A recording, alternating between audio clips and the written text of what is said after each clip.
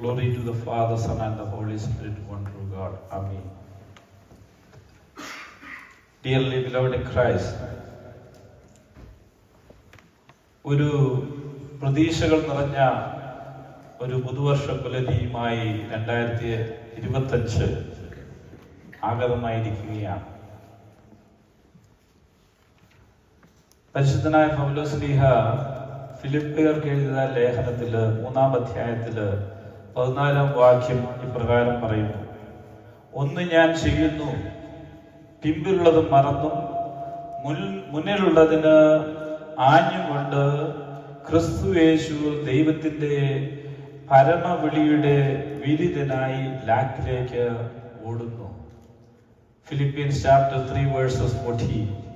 I press toward the goal for the prize of the upward call of God in Christ Jesus. നമ്മള് അല്ലെങ്കിൽ വിശ്വാസികളായ നാം ഓരോരുത്തരും അവലംബിക്കേണ്ടതായ മനോഭാവത്തെയും സ്വീകരിക്കേണ്ടതായ ജീവിതത്തിൽ സ്വീകരിക്കേണ്ടതായ തത്വത്തെയുമാണ് പരിശുദ്ധനായ പൗലോസ്ലീഹ ഇവിടെ ഉദ്ബോധിപ്പിക്കുന്നത്. ഏറെ പ്രതീക്ഷകളോടും അതുപോലെ ആശങ്കകളോടും ഒക്കെ ആയിരിക്കാം പലരും ഈ പുതിയ വർഷത്തെ എതിരേൽക്കുന്നത്. ഇന്നലെയൊക്കെയും നമ്മളിൽ പലരും കഴിഞ്ഞ ഒരു വർഷത്തെ കുറിച്ചൊക്കെയും ചിന്തിച്ചു കാണും. കഴിഞ്ഞ വർഷത്തിലെ പല സംഗതികളും ഓർത്തെടുക്കാൻ ശ്രമിച്ചിട്ടുണ്ടാവും. ചിലപ്പോൾ ചില സംഗതികളൊന്നും ഓർത്തെടുക്കാൻ സാധിക്കാതെയും വരാം. നമുക്കറിയാം, മറവി എന്ന് പറയുന്നത് ഒരു അനുഗ്രഹവും അതുപോലെ തന്നെ ഒരു ശാപവുമാണ്. ചിലരെങ്കിലും ഈ പുറകോട്ട് തിരിഞ്ഞു നോക്കുന്നതായ they look back, retrospect. ആ നോക്കുന്നതായ അവസരത്തിൽ പലപ്പോഴും പല ഇച്ഛാഭംഗങ്ങളും ഉണ്ടാകാറുണ്ട് എന്നുള്ളതാണ്. പല കാര്യങ്ങളിലും ഈ കഴിഞ്ഞൊരു വർഷത്തിലേക്ക് നോക്കുമ്പോഴും അല്ലെങ്കിൽ അതിന് പിന്നിലുള്ള പല കാലഘട്ടത്തിലേക്ക് നാം നോക്കുമ്പോഴും നമുക്ക് പല നഷ്ടപ്പെട്ട അവസരങ്ങളെ കുറിച്ചൊക്കെ ഓർമ്മ വരാം. While people who keep on thinking about the lost opportunities, അല്ലെങ്കിൽ ആ ഒരു ജോലി അന്ന് സ്വീകരിച്ചിരുന്നെങ്കിൽ എത്രയോ നല്ലതായിരുന്നു എന്ന് ചിന്തിച്ചു കാണാം. അതുപോലെ തന്നെ ആ വിവാഹം അന്ന് നടന്നിരുന്നെങ്കിൽ ഇതിൽ എത്ര സുന്ദരമായിരുന്നു എന്ന് കരുതിയിട്ടുണ്ടാകാം. അല്ലെങ്കിൽ ആ പഠനം, ഞാൻ ഉദ്ദേശിച്ച ആ പഠനം അന്ന് കംപ്ലീറ്റ് ചെയ്തിരുന്നെങ്കിൽ, if I completed that study that I was originally planning, how wonderful it would have been. അങ്ങനെയൊക്കെയും പലരും ചിന്തിച്ചിട്ടുണ്ടാകാം. അങ്ങനെയുള്ളതായ പല കാര്യങ്ങൾ ഓർത്ത് പെടുന്നവരുണ്ടാകാം, നിരാശയിലേക്ക് പോകുന്നവരുണ്ടാകാം. അങ്ങനെയുള്ളവരോടൊക്കെയാണ് പൗലോസ്ലീഹ ഇവിടെ ഈ വചനത്തിലൂടെ ഉത്ബോധിപ്പിക്കുന്നത് എന്താണെന്നുള്ളത്. ഒന്ന് ഞാൻ ചെയ്യുന്നു, പിമ്പിലുള്ളത് മറന്നും മുമ്പുള്ളതിനുള്ളതിലേക്ക് ആഞ്ഞും കൊണ്ട് ക്രിസ്തുയേശുവിൽ ദൈവത്തിന്റെ പരമവിളിയുടെ വിരുദ്ധനായി ലാക്കിലേക്ക് ഓടുന്നു എന്നുള്ളതാണ്. ഈ ഒരിക്കല് ഒരു കുഞ്ഞുകുട്ടി, he was a young boy, he was handicapped, അവനൊരു മുടന്തനായിരുന്നു. So he was playing with his friends at the same age group, and they were teasing him. They were making fun at him because when he walked, he was limping. മുടന്തി നടക്കുന്നത് കണ്ട് അവന്റെ കൂട്ടുകാരൊക്കെയും അവനെ പരിഹസിക്കുകയും കളിയാക്കുകയും ചെയ്തപ്പോൾ അവന്റെ ഭവനത്തിലേക്ക് തിരികെ വന്നിട്ട് അവൻ ദൈവസന്നിധിയില് പ്രാർത്ഥനാ മുറിയിൽ പോയിരുന്നുകൊണ്ട് അവൻ വളരെയധികം സങ്കടത്തോടുകൂടെ കരയുകയായിരുന്നു. എന്തുകൊണ്ട് ദൈവമേ നീ എന്നെ സൃഷ്ടിച്ചു? നിനക്ക് എന്നെ സൃഷ്ടിക്കാതിരിക്കാമായിരുന്നില്ലേ? I wish I had born. ഇത് കേട്ടപ്പോൾ അവന്റെ പ്രിയപ്പെട്ട മാതാവ് അവനോട് പറഞ്ഞു, നീ അങ്ങനെ അല്ലായിരുന്നു പ്രാർത്ഥിക്കേണ്ടത്. കാരണം നീ ഓൾറെഡി ജനിച്ചുപോയി. നീ ജനിക്കാതിരുന്നെങ്കിൽ നിന്നല്ല, മറിച്ച് ദൈവമേ എന്റെ ജീവിതത്തിന്റെ ഉദ്ദേശം എന്തെന്ന് എനിക്ക് കാണിച്ചു തരണമേ. എന്നിൽ നിന്ന് പ്രതീക്ഷിക്കുന്നത് എന്ത് എന്ന് നീ എന്നെ ചൂണ്ടിക്കാണിക്കണമേ. അത് നിറവേറ്റുവാൻ എന്നെ സഹായിക്കണമേ. What is the mission in my life, Lord? Show me that you are expecting from me. അപ്പോ അങ്ങനെയായിരിക്കണം. കാരണം നമ്മൾ ജനിച്ചു കഴിഞ്ഞു, നമ്മുടെ ആ കാലഘട്ടങ്ങൾ കഴിഞ്ഞ് അങ്ങനെയാകാമായിരുന്നു ഇങ്ങനെയാകാമായിരുന്നു എന്ന് നാം ചിന്തിക്കുന്നതിൽ അത് വ്യർത്ഥമാണ് എന്നുള്ളതാണ്. അതൊരു പാഴ്വേലയാണ്. പലരുമായി ഇന്നലകളിൽ നിറങ്ങാൻ സാധിക്കാതെ ജീവിക്കുന്ന അനേകരുണ്ട് എന്നുള്ളതാണ്. ഇന്നുള്ള ചുമതലകളെയും സാഹചര്യങ്ങളെയും നേരിടുന്നതാണ് ആവശ്യമെന്നുള്ളത് മനസ്സിലാക്കേണ്ടുന്നവരാണ് നമ്മൾ ഓരോരുത്തരും. The great George Washington once said, "Don't look back to failures unless you can learn something from it." നമ്മളൊരു വിളക്കിന് മുന്നിൽ നിൽക്കുമ്പോൾ നമുക്ക് പ്രകാശമാണ് നമ്മൾ കാണുന്നത്. എന്നാൽ നാം വിളക്കിന് മുന്നിൽ നിന്ന് തിരിഞ്ഞു നിൽക്കുകയാണെങ്കിൽ നമ്മുടെ മുമ്പിൽ വെളിച്ചമല്ല, പ്രത്യുത നിഴലാണ് നാം കാണുന്നത്. പലരും മനഃപൂർവ്വം അല്ലെങ്കിൽ കൂടിയും ഈ കരിനിഴലിൽ നോക്കി നിൽക്കുവാനാണ് ഇഷ്ടപ്പെടുന്നത്, മറിച്ച് വെളിച്ചത്തിനെ അല്ല.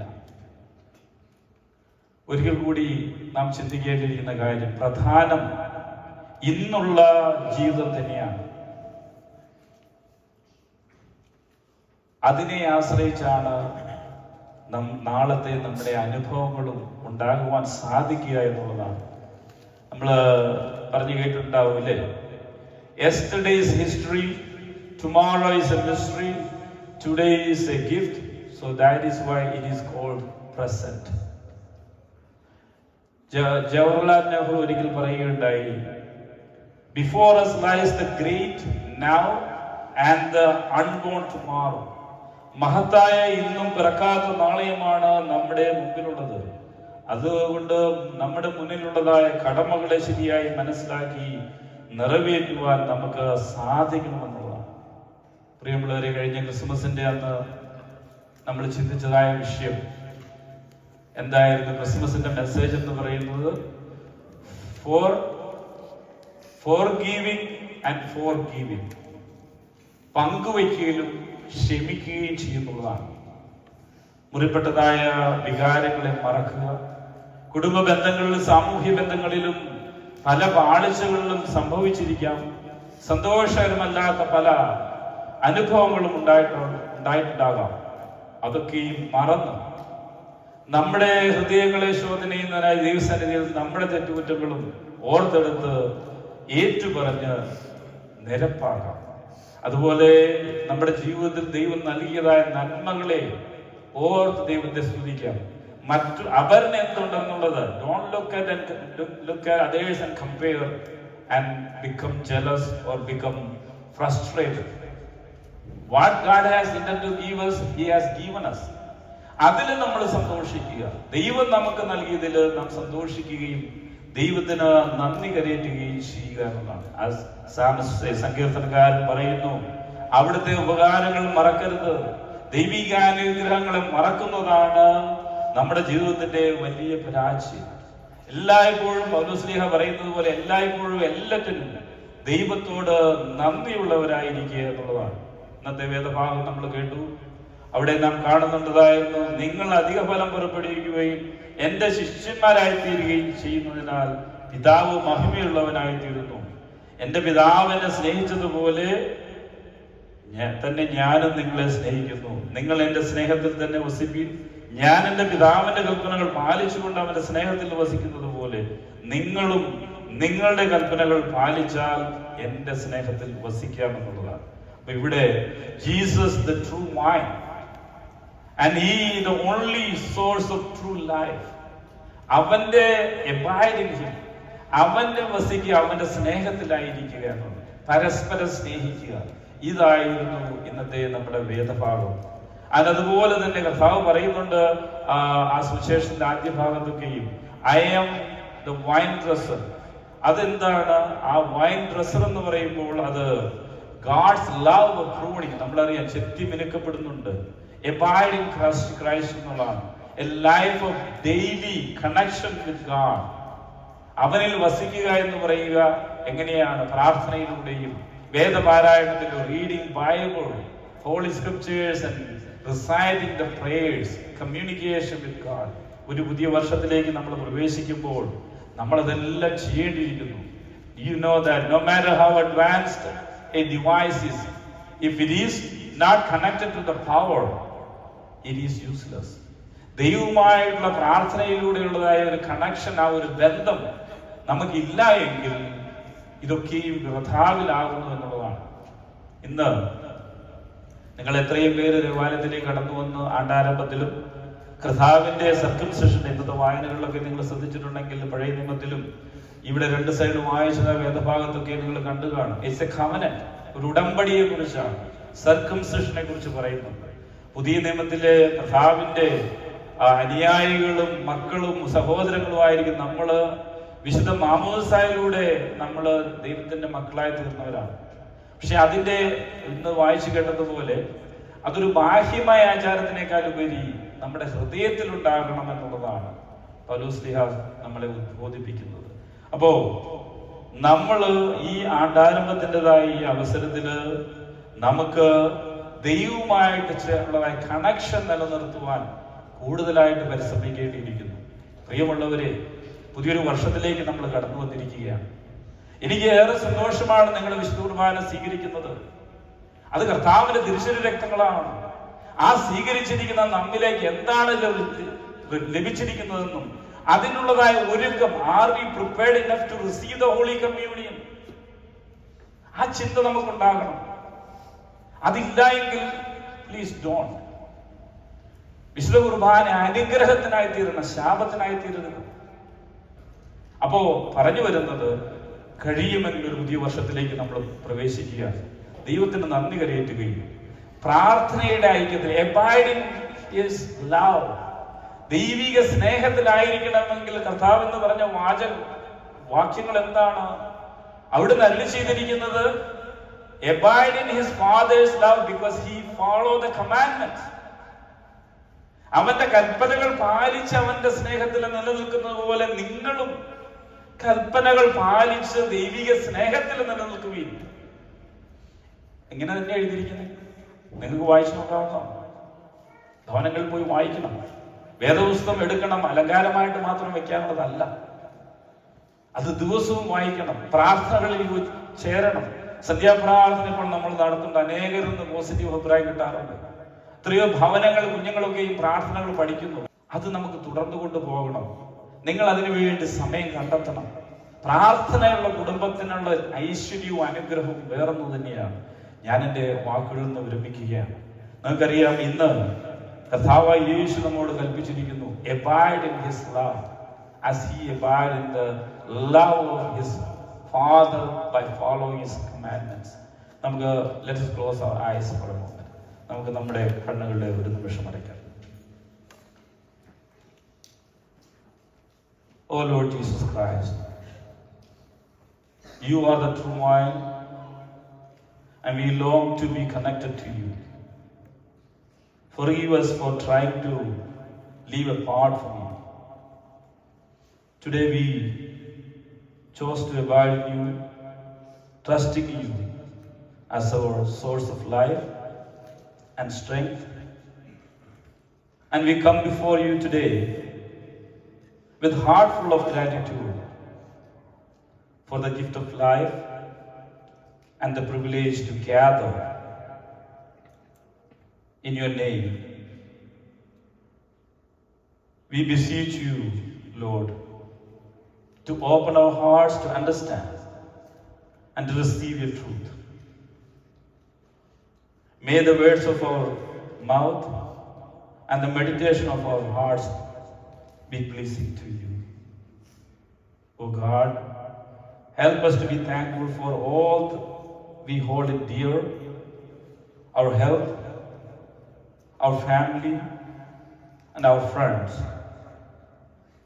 Oh Lord, help us to release our grudges, our anger, our pain, for these are nothing but binding chains. O Lord God, remind us of your presence in each day of our lives. May this new year be a time of deep spiritual growth for us, a time for welcoming your grace and gifts, a time for forgiving freely and unconditionally. Be with us today. Remind us your presence in each and every day of our life. May the power of the Holy Spirit strengthen us to face the uncertainties the future brings and guide our steps along the pathways of the world. ദൈവമായ കർത്താവേ, ഒരു പുതുവർഷം കൂടെ ഞങ്ങളുടെ ജീവിതത്തിലേക്ക് അവിടുന്ന് നൽകിയിരിക്കുന്നതിനാൽ എന്നെ സ്തോത്രം ചെയ്യുന്നു. കഴിഞ്ഞ വർഷവും കഴിഞ്ഞ കാലങ്ങളും ദൈവമേ അവിടുന്ന് അത്ഭുതകരമായി ഞങ്ങളെ നടത്തി. പല സന്ദർഭങ്ങളിലും അവിടുത്തെ ദിവ്യ കരുതൽ ഞങ്ങൾ അനുഭവിച്ചറിഞ്ഞു. കർത്താവേ, എല്ലായ്പ്പോഴും നന്ദിയുള്ളവരായിരിക്കുവാൻ ഞങ്ങളെ പരിശീലിപ്പിക്കണമേ, ഞങ്ങളെ സഹായിക്കണമേ. എന്ന് ഞങ്ങൾ കർത്താവിന്റെ തിരുശരക്തങ്ങൾ അനുഭവിച്ചു. ആ കർത്താവ് ഞങ്ങളുടെ ഉള്ളിലുണ്ടെന്നുള്ള ബോധ്യത്തോടുകൂടി ഇന്നും തുടർന്നുള്ള നാളുകളിൽ ജീവിക്കുവാൻ സംഗതിയാക്കണം. ദൈവമായ കർത്താവേ, അവിടുത്തെ ദിവ്യ സ്നേഹത്തിൽ വസിക്കുവാൻ തക്കവണ്ണം നിന്റെ കൽപ്പനകൾ പാലിച്ച് ജീവിക്കുവാൻ സഹായിക്കണമേ. പരസ്പരം സ്നേഹിക്കുവാനും കരുതുവാനും ഞങ്ങളെ സഹായിക്കണമേ. പങ്കുവയ്ക്കലിന്റെ അനുഭവം മറ്റുള്ളവരോട് മറക്കുവാനും പൊറുക്കുവാനും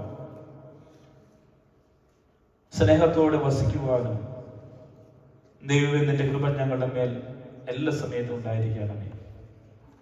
ഞങ്ങൾക്ക് നൽകിയിരിക്കുന്നതിൽ നിന്ന് ആവശ്യക്കാർ കണ്ടറിഞ്ഞ് അവരെ സഹായിക്കുവാനുള്ള മനസ്സ് ഞങ്ങളിൽ രൂപപ്പെടുത്തണമേ. നാഥ, ഒരു പുതിയ വർഷം മുന്നിൽ എന്തെന്ന് ഞങ്ങൾ തിരിച്ചറിയുന്നില്ല എങ്കിൽ പോലും നിന്നിൽ ആശ്രയിച്ച് നിന്റെ കൃപയുടെ തണലിൽ ഇത്രത്തോളം ഞങ്ങളെ കരുതിയവനായ ദൈവം തുടർന്നും ഞങ്ങളെ വഴി നടത്തുമെന്നുള്ള പൂർണ്ണമായ ആ വിശ്വാസത്തിൽ പ്രത്യാശയിൽ മുന്നോട്ട് നീങ്ങുവാൻ സഹായിക്കണമേ. ആപത്തുകളിൽ നിന്നും അപകടങ്ങളിൽ നിന്നും അനർത്ഥങ്ങളിൽ നിന്നും ദൈവമേ നിന്റെ വിജയകരമായ ശ്രീമ ഞങ്ങൾക്ക് കോട്ടയും കാവലുമായിരിക്കണമേ. ലോകമൊക്കെയും ദൈവിക സ്നേഹം കൊണ്ട് നിറയ്ക്കണമേ. യുദ്ധങ്ങളൊക്കെ നീങ്ങിപ്പോകണമേ. സമാധാനത്തിന്റെ അന്തരീക്ഷം ഉടലെടുക്കണമേ.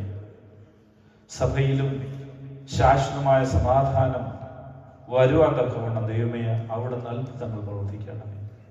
ഒരിക്കൽ കൂടി ഈ പുതുവർഷത്തിലേക്ക് കടന്നു വരുവാനും വിശുദ്ധ ആലയത്തിലേക്ക് കടന്നു വന്ന് ഞങ്ങളുടെ നേർച്ച കാഴ്ചകൾ സമർപ്പിച്ച് വിശുദ്ധ ബലിയിൽ സംബന്ധിച്ച് അത് അനുഗ്രഹം പ്രാപിച്ച് അത് അനുഭവിച്ച് ഇന്ന് മടങ്ങുമ്പോൾ ദൈവമേ അവിടുത്തെ